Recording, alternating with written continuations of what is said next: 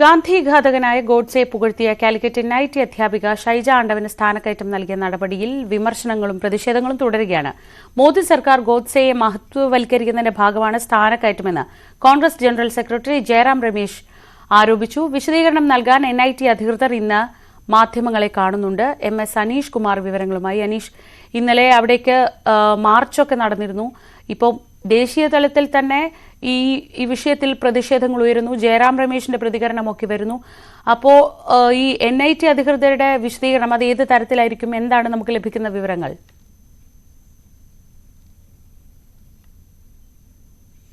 വലിയ വിമർശനമാണ് ഇതുമായി ബന്ധപ്പെട്ട വിവിധ കോണുകളിൽ നിന്നും വരുന്നത്. പ്രത്യേകിച്ചും കേരളത്തിലെ ഒരു രാഷ്ട്രീയ സാഹചര്യത്തിൽ ഭരണ പ്രതിപക്ഷ പാർട്ടിയിലെ ആളുകൾ തന്നെ വിമർശിച്ച് രംഗത്തെത്തുന്ന ഒരു സാഹചര്യമുണ്ട്. ഇന്നലെ KSUവും SFIയും ഈ NIT ക്യാമ്പസിലേക്ക് മാർച്ച് നടത്തിയിരുന്നു. അതിൽ KSU നടത്തിയ മാർച്ചിന് നേരെ പോലീസ് ലാത്തി വീശുകയും പ്രവർത്തകരെ അടക്കം ക്രൂരമായി മർദ്ദിക്കുകയും ചെയ്യുന്ന ഒരു സാഹചര്യമുണ്ട്. പക്ഷേ SFIയുടെ പ്രകടനം അല്ലെങ്കിൽ SFI നടത്തിയ പ്രതിഷേധ പ്രകടനം കാര്യമായ ഒരു അനിഷ്ട സംഭവങ്ങളിലേക്ക് നീങ്ങില്ല. അവർ ബാരിക്കേഡ് ഭേദിക്കാൻ കാര്യമായ ശ്രമങ്ങളും നടത്തിയില്ല. എന്തായാലും ഒരു സമര പരമ്പരകളുടെ തുടക്കം എന്നാണ് രണ്ട് സംഘടനകളും ഇക്കാര്യത്തെ വിശേഷിപ്പിച്ചത്. ഇനിയും വരും ദിനങ്ങളിൽ ശക്തമായ പോരാട്ടവുമായി ഈ വിഷയത്തിൽ, അതായത് ഈ തീരുമാനം പിൻവലിക്കും വരെ പ്രക്ഷോഭവുമായി മുന്നോട്ട് പോകുമെന്നാണ് അവർ പറഞ്ഞിരിക്കുന്നത്. അടുത്ത ഏപ്രിൽ 7 മുതലാണ് പ്ലാനിംഗ് ആൻഡ് ഡെവലപ്മെന്റ് ഡീനായി ഈ ഷൈജ ആണ്ടവനെ കോളേജ് അധികൃതർ രജിസ്ട്രാർ നിയമിച്ചത്. നിലവിൽ ആയിരുന്ന ഡോക്ടർ പ്രിയാചന്ദ്രന് പകരമാണ് ഈ പുതിയ നിയമനം നൽകുകയും ചെയ്തിരിക്കുന്നത്. ഇത് ഈ സീനിയോറിറ്റി അടക്കം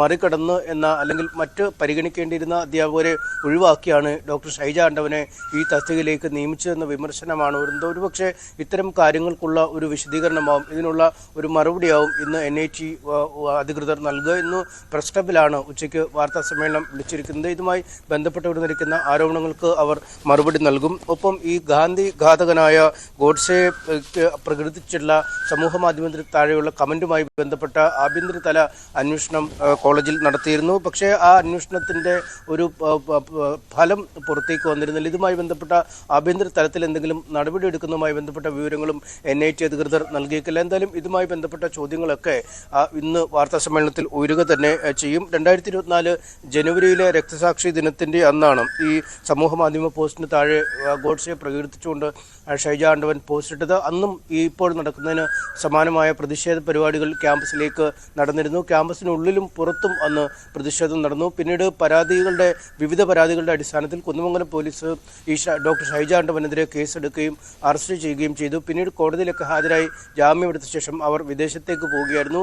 അതിനുശേഷം ഈ അധ്യയന വർഷം തുടങ്ങിയപ്പോഴാണ് കേരളത്തിലേക്ക് ക്യാമ്പസിലേക്ക് മടങ്ങിയെത്തത്. ഇതിന് തൊട്ടു പിന്നാലെയാണ് നിയമനം ലഭിക്കുകയും ചെയ്തിരിക്കുന്നത്. എന്തായാലും വിഷയത്തിൽ ഒരു തരത്തിലുമുള്ള വിട്ടുവീഴ്ചയ്ക്ക് തയ്യാറല്ല എന്നാണ് ഇടത് സംഘടനകളും UDFന്റെ യുവജന സംഘടനകളും ഒക്കെ പറയുന്നത്. കാരണം ക്യാമ്പസുകളെ RSS വൽക്കരിക്കുന്നതിനുള്ള ശ്രമങ്ങൾ ഏറെ നാളുകളായി കേന്ദ്രം നടത്തുന്നുണ്ട്. ഇതിന്റെ ഒരു തുടർച്ച എന്നോണമാണ് ഏറെ RSSനോട് അനുഭാവം പുലർത്തുന്ന ഡോക്ടർ ഷൈജ ആണ്ടവന് നിർണായകമായ ഒരു സ്ഥാനം നൽകിയത് എന്ന ആരോപണമാണ് അവർ മുന്നോട്ട് വയ്ക്കുന്നത്. അതിനെതിരായ ശക്തമായ സമരങ്ങളുമായി മുന്നോട്ട് പോകും എന്ന് തന്നെയാണ് മുന്നറിയിപ്പ് നൽകുന്നത്. എന്തായാലും എന്ത് വിശദീകരണമാണ് NIT അധികൃതർക്ക് ഈ വിഷയങ്ങളിൽ നൽകാനുള്ളതെന്ന് നമുക്കിന്ന് ഉച്ചയോടെ അറിയാം. ശ്രീജ. MS അനീഷ് കുമാറാണ് വിവരങ്ങൾ നൽകിയത് കോഴിക്കോട് നിന്ന്.